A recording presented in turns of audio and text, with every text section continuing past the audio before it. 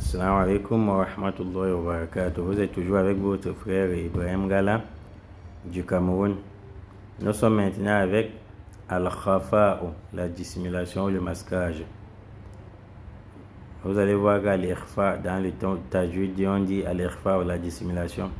Al-Khafa et Al-Ikhfa, ça vient du même mot, Khafiya. Khafa, Ikhfa, c'est presque la même chose. Mais Al-Khafa, c'est un ensemble de lettres qui ont tendance à se cacher lors de la prononciation. Si on n'applique pas certaines choses, si on n'est pas vigilant, on va penser avoir lu ces lettres et celui qui écoute ne va pas ressentir la lecture de ces lettres et ça va changer le sens. Al-Ikhfa, c'est une règle concernant une lettre. Nous, on sait qu'il y a le tanwin. Mais Al-Khafa, ça concerne la lettre elle-même. Or, Al-Ikhfa, c'est la règle d'une lettre. Quand on dit min shari, on dit qu'on a appliqué l'Ikhfa, c'est la règle de Nun Sakina. Mais Al-Khafa, ça concerne les lettres elles-mêmes. Il faut faire cette différence. Al-Khafa provient de Khafiya, Akhfa, c'est-à-dire se cacher, ce qui est caché. La dissimulation ou bien le masquage. On dit الخفاء هو خفاء صوت الحرف عند النطق به. الخفاء هو خفاء صوت الحرف عند النطق به. الخفاء هو خفاء صوت الحرف عند النطق به. On dit al-khafa ou dissimulation, c'est l'atténuation ou affaiblissement ou réduction du son d'une lettre lors de sa prononciation. Al-khafa, c'est la réduction du son d'une lettre lors de sa prononciation. Ou bien c'est l'affaiblissement du son d'une lettre lors de sa prononciation. Il y a certaines lettres dont si on n'est pas vigilant, si vous ne mettez pas trop l'accent dessus, leurs prononciations seront affaiblies. Et celui qui écoute la lecture va écouter comme si tu n'as pas prononcé cette lettre et par conséquent, ça va transformer le sens des phrases ou bien des mots dans le Coran. Ça peut changer le sens des mots, des phrases. On dit Hawufuhiya, on a 4 lettres de Al-Khafa. Premièrement, Ha'un. Deuxièmement, Alif précédé de Fatha. Ya'un précédé de Kasra. Wawun précédé de Dhamma. Autrement dit, Al-Khafa, c'est Ha'un plus les lettres de Mad, plus les lettres de prolongement. Il faut être vigilant sur ces 4 lettres, c'est-à-dire Alif précédé par Fatha, Ya précédé par Kasra, Wa'un précédé par Dhamma et Ha'un. Quand on dit Ha'un, quelle qu'en soit la voyelle qui est dessus. Ces lettres sont Wa'un, Ya'un, Ha'un, qui sont précédées par les voyelles telles que vous voyez Ha'un. On dit Mithal, un exemple. Et tu dis Ihdina as-sirata al-mustaqim, ça sera comme si tu avais dit Ihdina. Tu dois bien agrandir la voix sur le Ha'un qui est parmi les lettres qui se masquent souvent. Ihdina as-sirata al-mustaqim.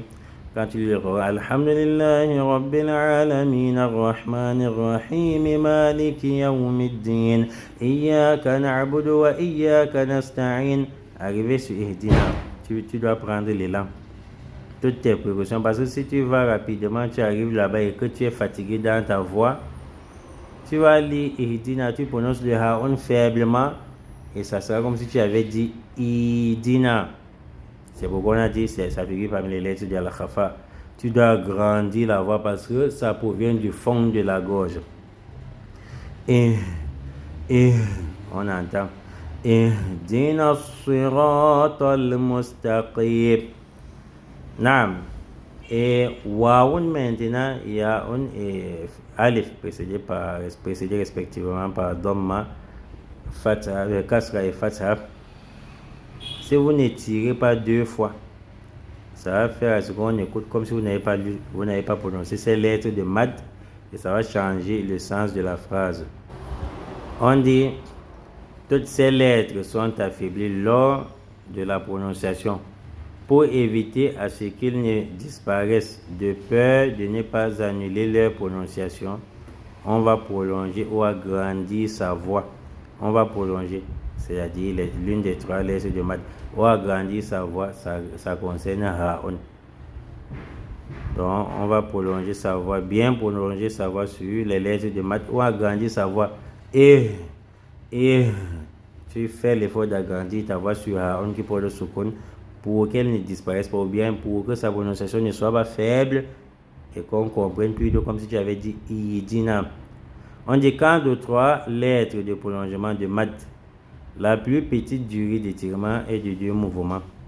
Si cet étirement n'avait pas eu lieu, on ne devrait pas ressentir ces lettres dans la lecture.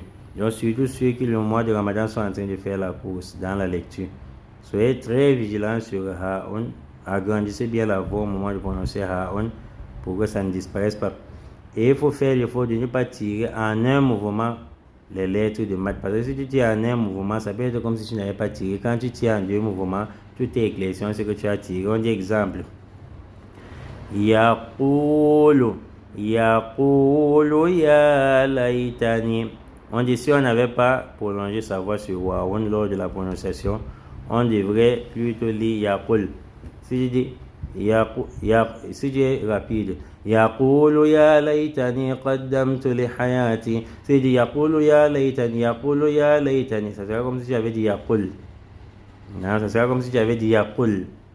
Et Yaqul, c'est déjà autre chose. C'est qui changerait le sens du mot. Parce que quand tu dis Yaqul, au lieu de Yaqul, quand tu dis Yaqul, on sait que le verbe est au présent. Si tu dis Yaqul, c'est comme s'il y avait l'âme derrière. Comme si on disait l'âme Yaqul. Donc c'est qui changerait donc le sens du mot. Il en est de même avec Fasaqo. Fasaqo lahuma. Fasaqalahuma, c'est-à-dire il avait abrévé 2 personnes, il avait donné à boire à 2 personnes. Mais si tu ne tires pas si tu ne tires pas le corps en 2 mouvements, tu tires en un mouvement, bien tu réduis le prolongement. Ça sera comme si tu avais lu Fasaqalahuma. Si tu es rapide, tu dis Fasaqalahuma. Mais si tu es rapide, tu ne tires pas bien, tu n'es pas vigilant, tu vas dire Fasaqalahuma. Fasaq veut dire il est tombé dans la perversité. Oh, Fasaq veut dire il a donné à boire à quelqu'un. Vous voyez, c'est déjà 2 sens différents. Il faut être très vigilant lors de la prononciation des maths. Faire l'effort, quelle qu'en soit la vitesse de lecture, de tirer sur 2 mouvements. Un autre exemple. Ar-Rahman Ar-Rahim Maliki Yawmiddin. Il faut tirer sur Rahim. Parce que si tu ne tires pas sur Rahim, ça sera, ou bien si tu tires en un mouvement, le mat ne sera pas trop ressenti, ça va disparaître. Ça sera comme si tu avais dit Ar-Rahman Ar-Rahim Maliki Yawmiddin. Ar-Rahman Ar-Rahim. Quand tu dis Ar-Rahim, sans bien tirer, le ya est caché. C'est ce qu'on appelle Al-Khafa, la dissimulation, le masquage.